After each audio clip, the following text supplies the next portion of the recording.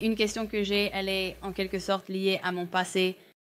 J'ai définitivement grandi en tant qu'athée pendant quelques années à l'université.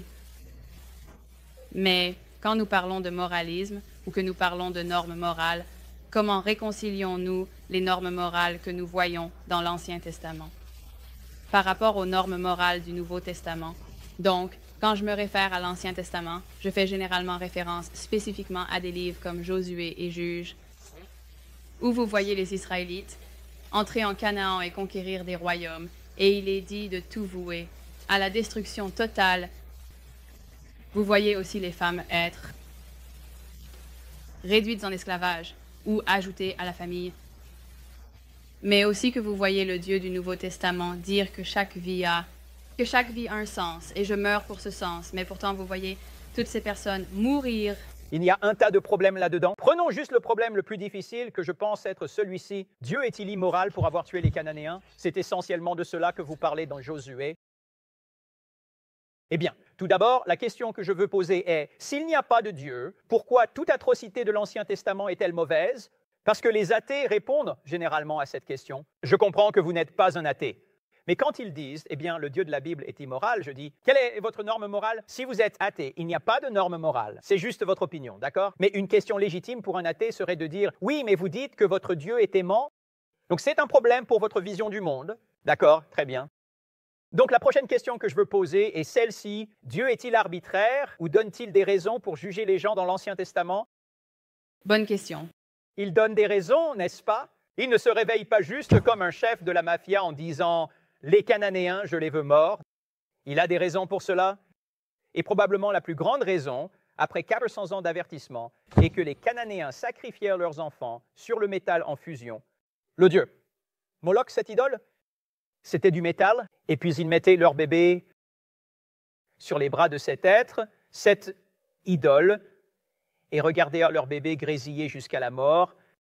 Et en fait, Plutarque, qui était un écrivain grec, ce n'est pas dans la Bible. Il dit que les villageois battaient leur tambour plus fort quand cela se produisait, pour que les parents ne puissent pas entendre les cris de leurs propres enfants sacrifiés. Sur chaque campus universitaire où je vais, généralement, un athée se lève et dit « Eh bien, s'il y a un Dieu bon, pourquoi ne stoppe-t-il pas tout le mal dans le monde ?» Eh bien, voici une situation où Dieu a vu le mal et a dit « Ça suffit, nous devons l'arrêter. » Israélites, allez l'arrêter. Et maintenant, ils se plaignent. Alors, pourquoi se plaindre que Dieu ne stoppe pas le mal, mais ensuite se plaindre quand il le fait? Maintenant, ce qu'ils diront, c'est « Oui, mais Dieu est allé trop loin. » Il a dit « Éliminez tout le monde, y compris les enfants. » Dieu arrête les Cananéens de tuer des enfants, mais ensuite Dieu dit « Allez-y et tuez-les quand même. » Comment cela a-t-il un sens? Eh bien, il y a deux façons de voir cela.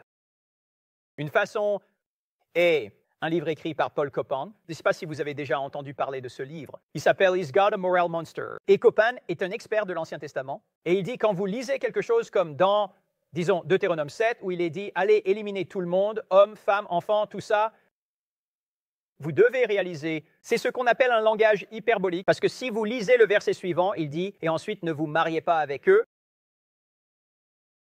Vous vous dites « Attendez une minute. Si vous venez d'éliminer tout le monde, comment pourriez-vous vous marier avec eux? Ils sont morts. » Le point est que dans la culture de l'Ancien Proche-Orient, ils utilisaient un langage comme celui-ci. Cela devait être une victoire décisive. Cela ne signifiait pas, ce serait comme si nous disions « Les Chiefs ont anéanti les Rams ». C'est juste une façon forte de dire qu'ils les ont battus sévèrement. L'autre point de vue est le point de vue traditionnel qui dit « Non, ils voulaient littéralement prendre leur vie ». Eh bien, que disons-nous à cela?